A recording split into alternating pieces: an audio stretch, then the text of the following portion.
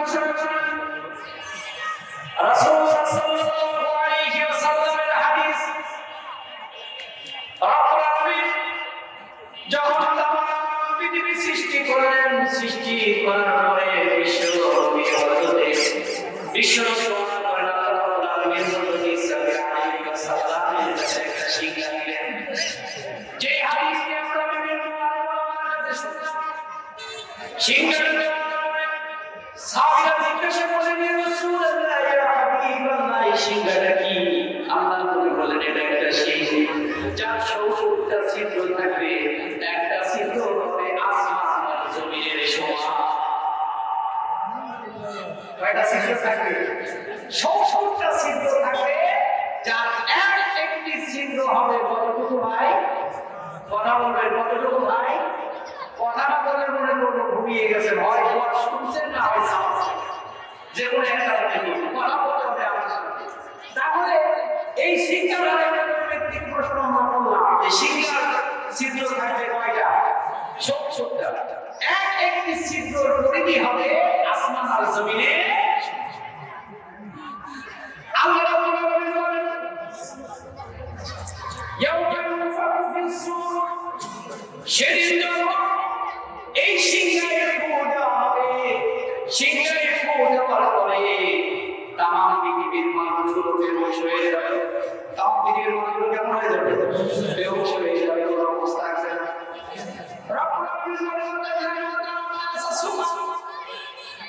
মানুষগুলোকে বেহুশের মতো দেখা যাবে, দৌড়াদৌড়ি করবে। মানুষের কোনো হিতাহিত জ্ঞান থাকবে না। মানুষগুলো ডানে দৌড়াবে, একদল বামে দৌড়াবে, আর একদল সামনে দৌড়াবে, পিছনে দৌড়াবে, বুঝতে আসবে না। আল্লাহ রাব্বুল আলামিন বলেন, এই মানুষগুলোকে দেখতে হুঁশ বিহীন হলেও আল্লাহ বলে, এরা কিন্তু কখনোই মাতাল নয়। এরা মাতাল নয়, কিন্তু মাতালের মতো ফিরে যাবে, পাগল হবে। সিংহায় খুব তারা, এরপরে সিংহায় যাওয়ার প্রথম ফুটকারি নিহায় বলছি, প্রথম ফুটকার যাওয়ার পরে মানুষগুলো পাগল হয়ে যাবে, মাতালের মতো হয়ে যাবে। আর গর্ভবতী মহিলা যারা থাকবে, আল্লাহ রাব্বুল আলামিন কোরআনের ভিতরে ঘোষণা করেন, এই মহিলাগুলো তাদের গর্ভপাত করে ফেলবে। একটা ফর্মুলা হবে নাকি আসছে? ফর্মুলা হবে মহিলা গর্ভপাত করে ফেলবে। চিন্তা করে দেখেন, যদি কোনো মহিলা গর্ভবতী থাকে, শিক্ষার ঘোষণার সাথে সাথে সে কি করে ফেলবে? গর্ভপাত করে ফেলবে। পৃথিবীতে মায়ের সবচেয়ে প্রিয় হলো সন্তান। আল্লাহ ঘোষণা করেন, সন্তানকে মা দুধ পান করাবে, কিন্তু যখন শিক্ষায় মহিলা হবে, ওই মা সন্তানের দুধ পান করার জন্য কথাটাও ভুলে যাবে। মা তার সন্তানকে দুধ পান করার কথা ভুলে যাবে। প্রথম ফুটকারের সিম্পটম কেমন হবে, এই পৃথিবীটা কেমন হবে, সেটা জানা না। শুধু শুধু মানুষগুলো দিন ছোটাছুটি করবে। আল্লাহ এই চিন্তাটা সূরাতুল মারিয়ামের ভিতরে বলেন, তাফসীরুল কোরআন। আল্লাহ ঘোষণা করেন, বান্দারে আল্লাহ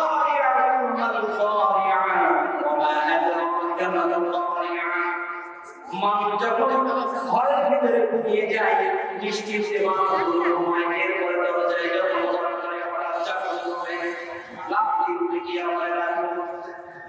এই শব্দের সাথে সারিয়া শব্দটার তাফসীর করা হয়েছে।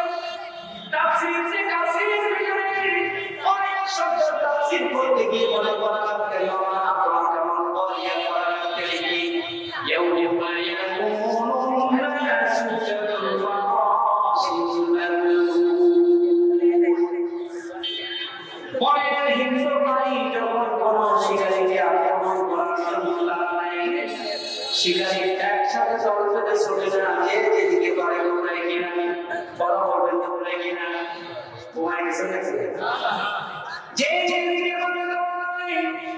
আল্লাহ যখন শিকারী পূজা হবে, তখন মানুষগুলো এই বনের পশু পাখির মতো যে যেদিকে পারে দৌড়াবে।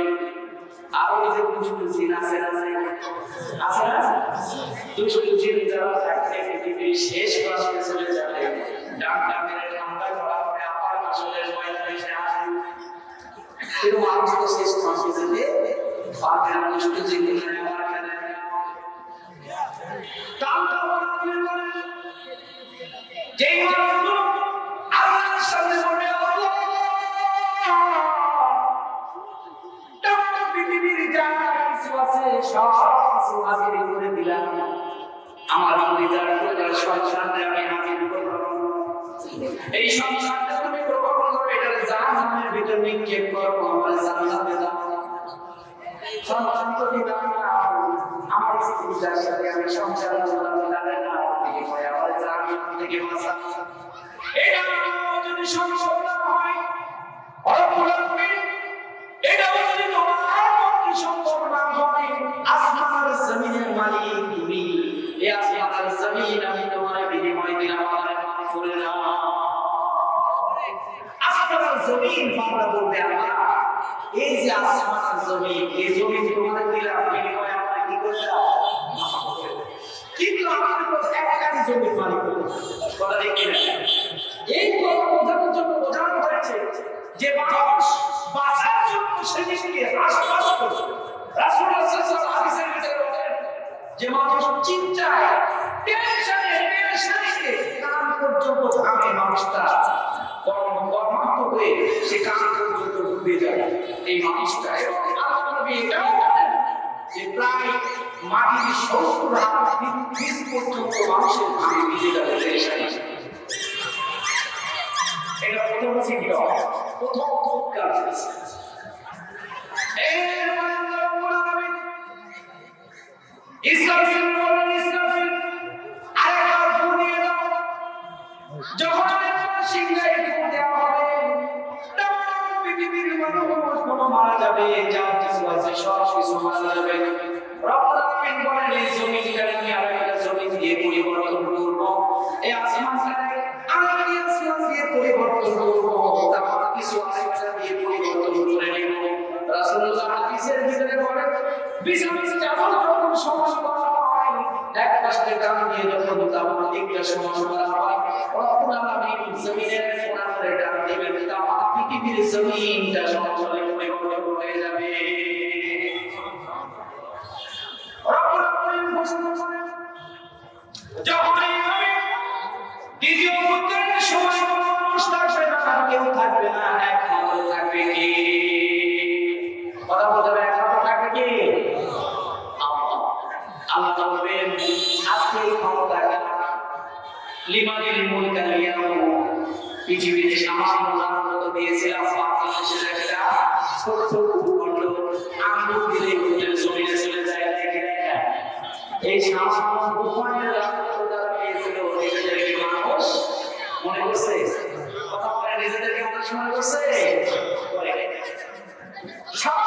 বাংলাদেশের ছোট ছোট ভূখণ্ড যা মানচিত্রে আঙ্গুল দিয়ে অন্যের জমিনে চলে যায় জমিনে চলে যায় অন্যের দেশের জমিনে চলে যায় সেই সামান্য ভূখণ্ডের রাজত্বের রাজারা ছিলেন 5ই আগস্টের আগে বিগত 16 বছর তারা নিজেদেরকে মানুষ মনে করেছে কথা বলেন নিজেদেরকে মনে করেছে প্রভু আর এই বাংলা 18 কোটি মানুষকে মনে করেছে দাস কথা দেখে না তাই মনে করে নেই যারা এটা মনে করেছিল আল্লাহ বলেন লিমানিল মুলকা লিয়াহু আজকের এই রাজত্বটা কেউ পারবে না আল্লাহ বলেন লিমানিল মুলকা লিয়াহু আজকের এই রাজত্বটা আজকের এই ক্ষমতাটা আল্লাহ রাব্বুল আলামিন আসমানটারে ডান হাতে ধরবেন জমিনটারে বাম হাতে ধরবেন কাগজ যেমন মোড়ানো হয় কাগজ দিচ্ছে যে পৃথিবী কাগজ যেমন মোড়ানো করে ছেড়ে দিলে কাগজটা আবার সর্বসারিত হয়ে যায়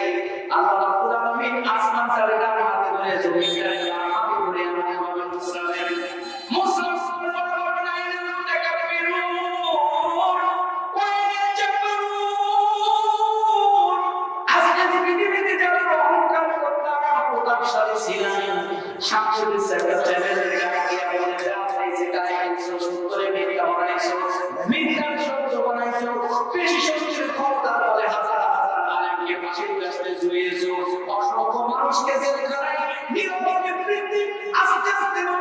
ফাঁসির কাছে ঝুলিয়ে মেরেছ, সেই অহংকারকারী সেই সমস্ত প্রতাপশালী ব্যক্তিরা কথা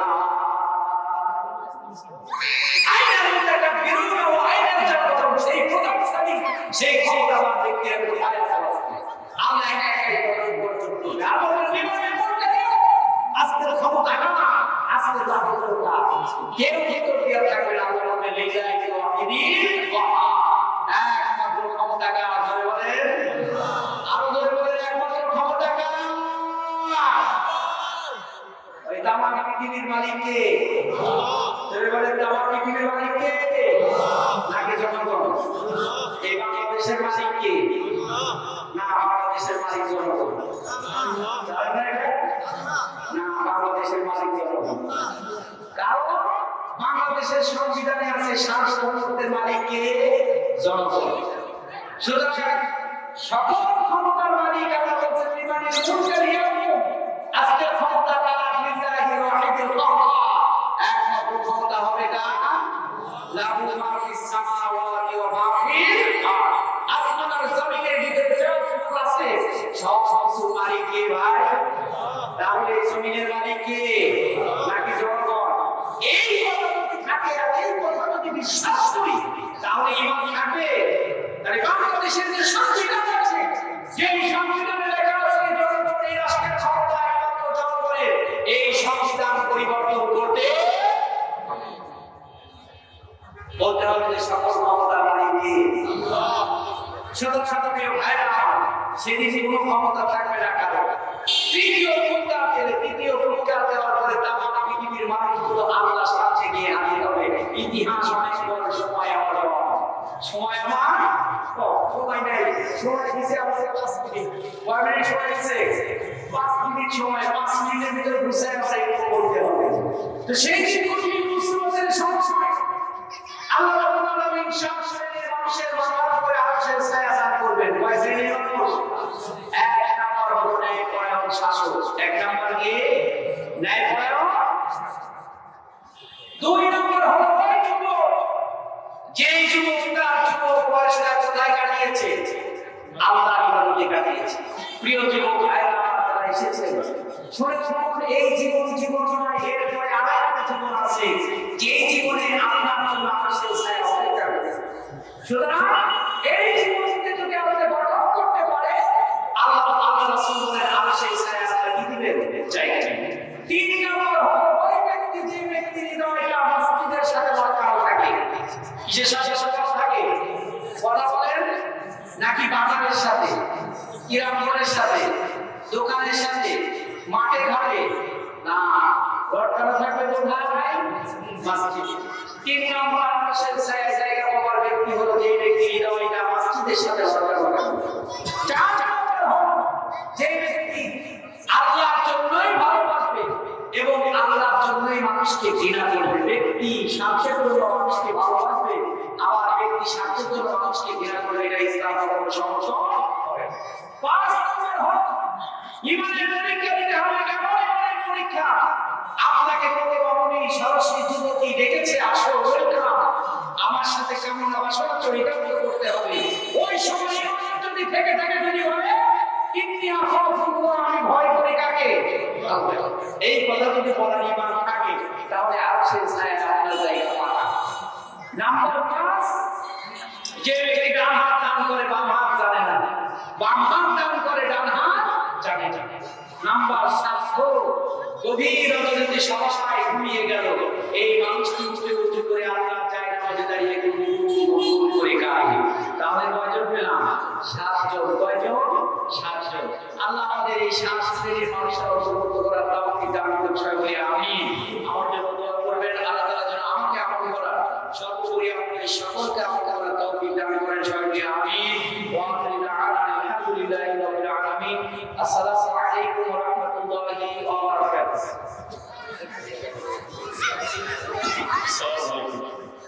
আলহামদুলিল্লাহ, চমৎকার আলোচনা রাখলেন আমাদের তরুণ বক্তা, উদীয়মান বক্তা হযরত মাওলানা মুফতি আব্দুর রহমান সাহেব। ইমাম আবুল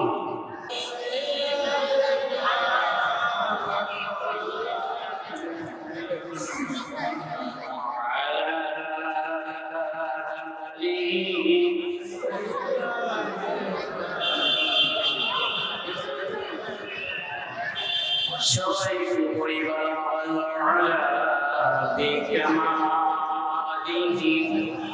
كشف الدجى بجماله حسنت جميع خصاله صلوا عليه وآله محمد नाम जो पेची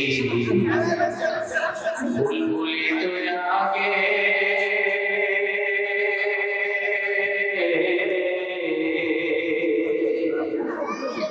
मोहम्मद नाम जो पेची बुलबुली तो आगे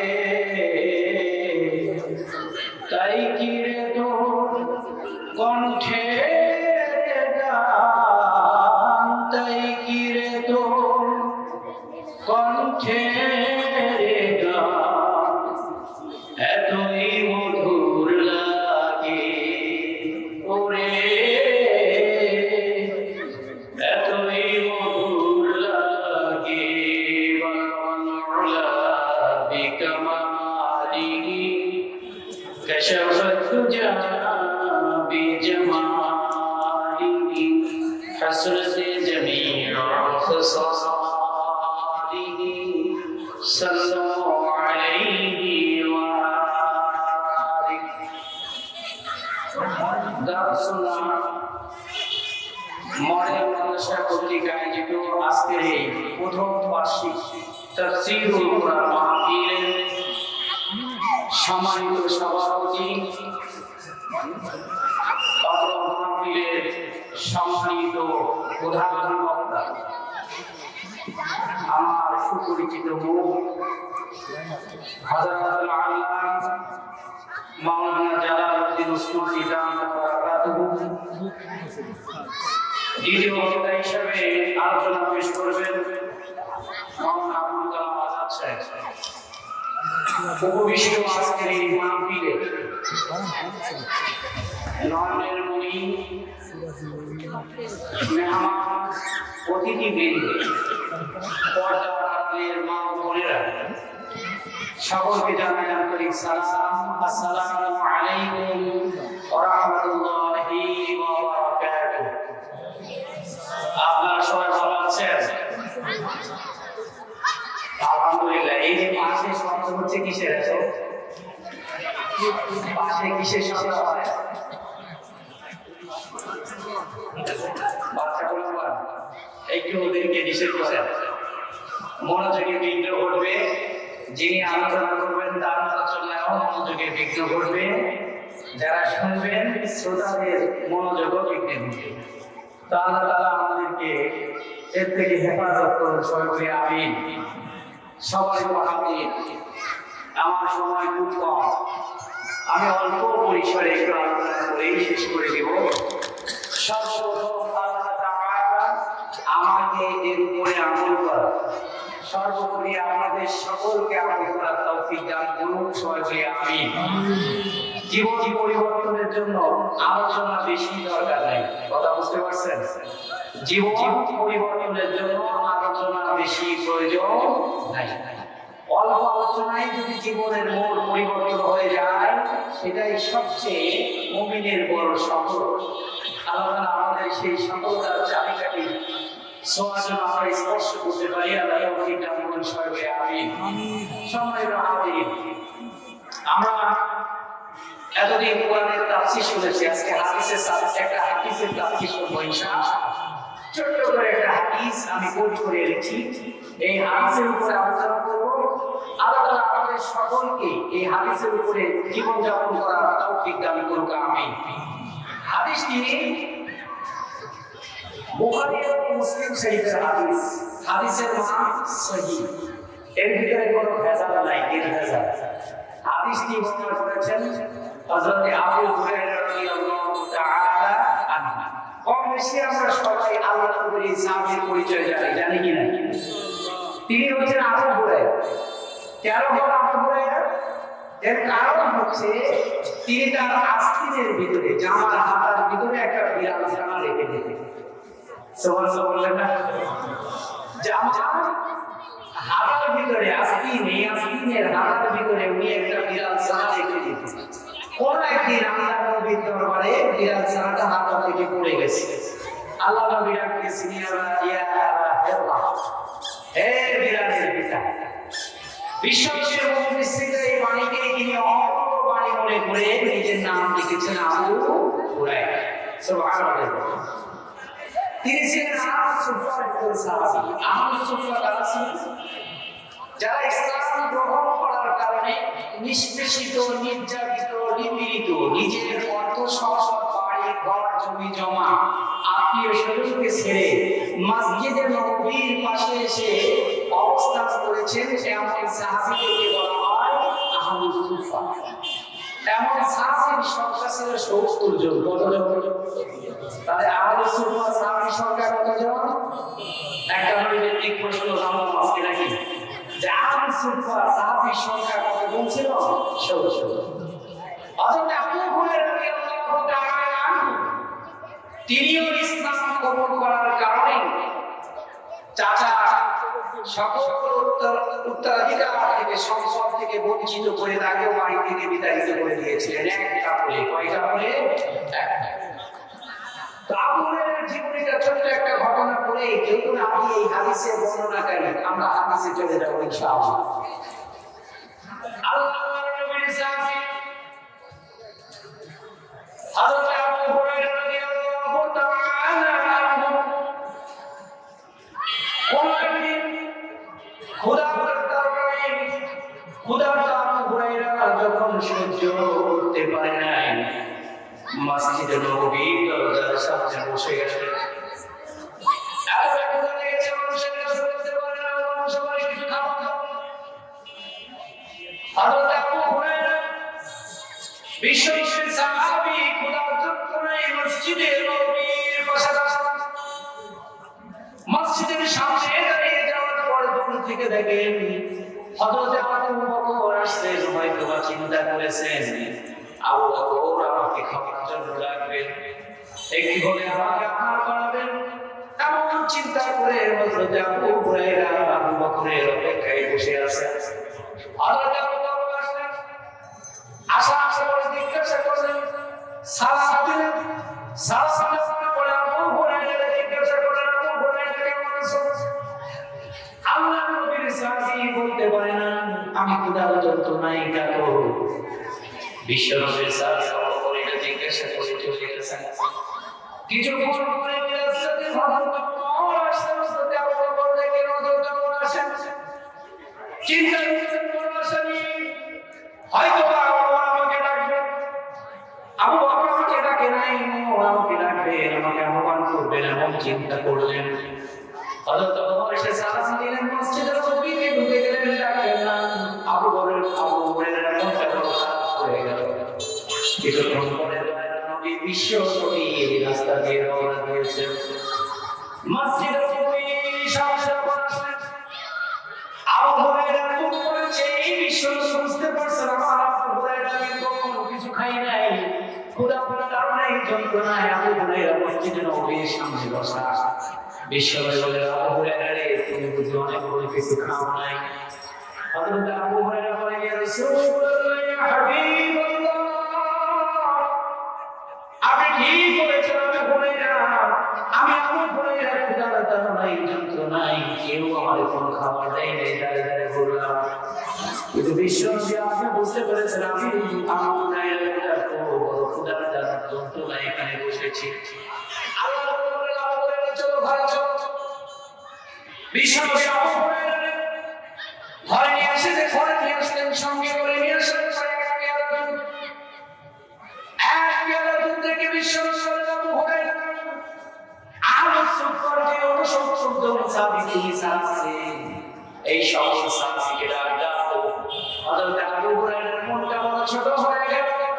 আমি বড় ক্ষুধার্ত, এক পেয়ালা দুধ আমার। বিশ্বনবী বলেন, আহলুস সুফার জন সাহাবীকে ডাকতে বলছেন, তাদেরকে যদি পান করে আমি আবু হুরায়রার ভাগে আমি কতটুকু এবার পাবো? সুবহানাল্লাহ। হযরত আবু হুরায়রা চিন্তা করলেন, বিশ্বনবী সুযোগ নেই। অর্ডার করেছেন কে?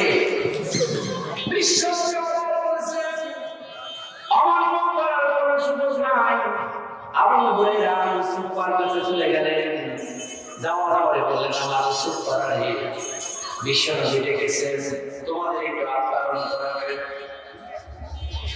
আর সত্তর সাহাবী আসলেন। বিশ্বনবী আবু হুরায়রা বলেন, আবু হুরায়রা, এই যে সাহাবারা আসছে দাওয়াত দিছো তুমি, আমি দাওয়াত আহ্বান করেছি, তুমি ডেকে এনেছো, এখন তোমার দায়িত্ব হলো সকলকে দিয়ে পান করা। মনটা আরো ছোট হয়ে গেছে যে আমাকে যদি দুধ পান করতে দেওয়া হয় আর আমি যদি সকলের মাঝে পান করি, সবার শেষে খেতে হবে না আগে খেতে হবে? শেষে না, মনটা আরো ছোট হয়ে গেছে। এক পেয়ালা দুধ, এই এক পেয়ালা দুধ যদি আমি সবার মাঝে ডিস্ট্রিবিউশন করে দেই, ভাগ করে দেই, আমি কি বাকি পাবো?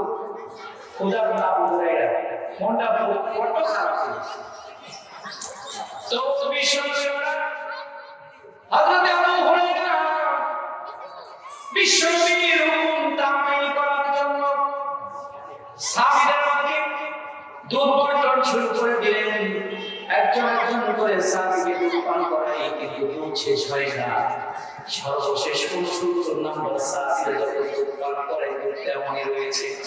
আবু হুরায়রা লজ্জায় মুখটা বড় হয়ে গেছে। আল্লাহর নবীর দিকে একবার তাকায়, আল্লাহর দিকে তাকায়। বিশ্বনবী আবু হুরায়রা তুমি পান করো। হযরত আবু হুরায়রা বিশ্বনবীর নিয়ে পান করা শুরু করলেন। বিসমিল্লাহ বলে পান করেছেন। যেমনটা বলেছিল পেয়ালার ভিতরে তেমনই আছে, পেয়ালা দুধ শেষ হয়ে যায়। আবু হুরায়রা লজ্জায় মুখটা বড় হয়ে গেছে। সুবহানাল্লাহ বলে ভাবছি এই যে ভাইরা দাঁড়ায় আছে, কি বসার পেছনে মা তুমি সুন্দরতা নষ্ট হয়, একটা এই পাশে এসে বসে যায়। বিভিন্ন জায়গায় আগে বাজারে বসে সবাই জিকির করে লা ইলাহা ইল্লাল্লাহ, লা ইলাহা